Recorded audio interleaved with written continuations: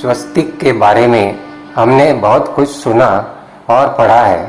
कहते हैं हर एक शुभ कार्य के आरंभ में हम घर में या घर के आंगन में स्वस्तिक जरूर बनाते हैं। तो चलो स्वस्तिक का सच्चा अर्थ और इस सृष्टि चक्र के साथ उसका क्या रहस्य है जानते हैं इस वीडियो द्वारा, जो परमात्मा के महावाक्यों से लिया गया है। स्वस्तिक शब्द स्वस्थित से बना हुआ है, जिसमें स्व अर्थात स्वयं और स्थित अर्थात स्थिति, मतलब इस सृष्टि चक्र में हमारे 84 जन्मों की स्थिति किस तरह रहती है। दूसरा कि स्वस्तिक में 4 हिस्से बराबर एक सरीखे बताए गए हैं। वह दर्शाता है कि इस सृष्टि चक्र में 4 युग है। पहला सतयुग, दूसरा त्रेता युग, तीसरा द्वापर युग और चौथा कलियुग। इस चारों युगों का समय एक सरीखा है, अर्थात इस सृष्टि चक्र का पूरा समय 5000 वर्ष का है, जिसे एक कल्प कहते हैं, और उसमें हर एक युग का समय 1250 वर्ष का है। इस तरह 1250 वर्ष के 4 युग मिलाकर एक कल्प होता है। स्वस्तिक के साथ इस चारों युगों की ध्यान से समझेंगे। इस चक्र में सबसे पहले सतयुग दिखाया गया है। यहाँ ऊपर की तरफ स्वस्तिक की भुजा दाई ओर अर्थात राइट साइड है, क्योंकि दाई भुजा अच्छाई अथवा शुभ की सूचक मानी जाती है।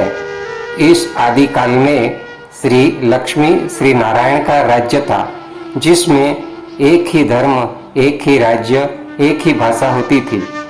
यहाँ सनातन धर्म के लोग दैवी गुण कर्म स्वभाव वाले थे, अर्थात राइट कर्म करने वाले थे, इसलिए उन्हें संपूर्ण सुख शांति प्राप्त थी।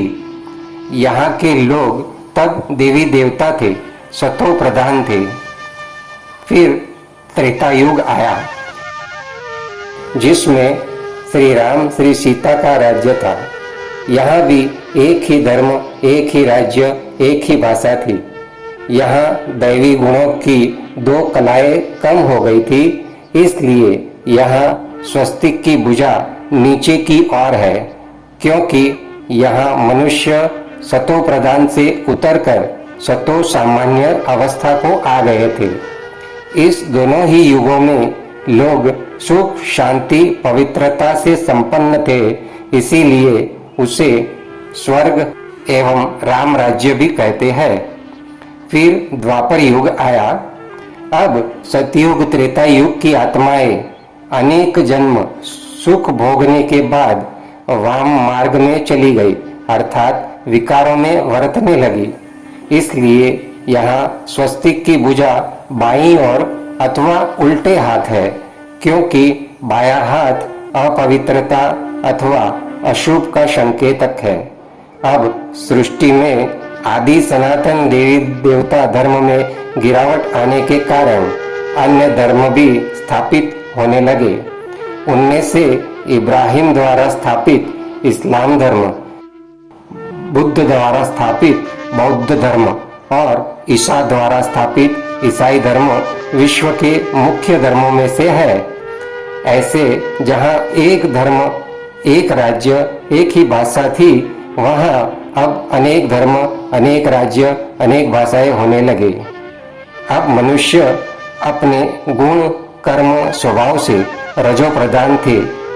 अनेक धर्म होने के कारण अब कलह कलेश और लड़ाई झगड़ा भी शुरू हुआ, और काम क्रोध लोभ मोह अहंकार रूपी विकारों के कारण दुख तथा अशांति ने भी सृष्टि में प्रवेश किया। इस तरह सतयुग में राइट कर्म करने वाली देवी देवता की आत्माएं यहाँ उल्टे कर्म अर्थात विकार युक्त कर्म करते करते सृष्टि अपवित्रता और दुख की ओर बढ़ी। तब कलयुग आया। जो लड़ाई झगड़ा द्वापर युग से शुरू हुआ था, वह कलयुग में बढ़ते ही गया। इसलिए इस युग में स्वस्तिक की भुजा ऊपर की ओर दिखाई गई है। तब तमोगुण की प्रधानता हुई। जो दैवी गुणों वाली मनुष्य आत्माएं थी वह सब यहाँ आसुरी स्वभाव के हो गए और धर्म की अत्यंत ग्लानि हो गई। इसलिए इस द्वापर कलयुग को रावण राज्य भी कहते हैं। जिस तरह ऋतुएं बदलती रहती है तो उनकी असर भी ठंडी, गर्मी, बरसात के रूप में बदलती रहती है। ठीक उसी तरह इस सृष्टि के चारों युग बदलते बदलते हम मनुष्य आत्माओं की स्थिति व अवस्था भी बदलती रहती है। इस तरह इस सृष्टि पर आधा कल्प यानी सतयुग, त्रेता युग को स्वर्ग व राम राज्य कहते हैं और आधा कल्प यानी द्वापर युग, कलयुग को नरक व रावण राज्य कहते हैं।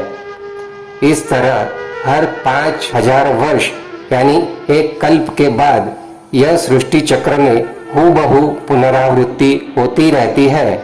यह सृष्टि चक्र का ड्रामा कल्प कल्प अनादि काल से चला आया है और आगे भी चलता रहेगा। इस परमात्मा ज्ञान को और भी गहराई से समझने के लिए प्रजापिता ब्रह्मा कुमारी ईश्वरीय विश्वविद्यालय के अपने नजदीकी सेवा केंद्र पर जाकर समझ सकते हैं। इसका पता आप brahmakumaris.com वेबसाइट से पा सकते हैं। ओम शांति।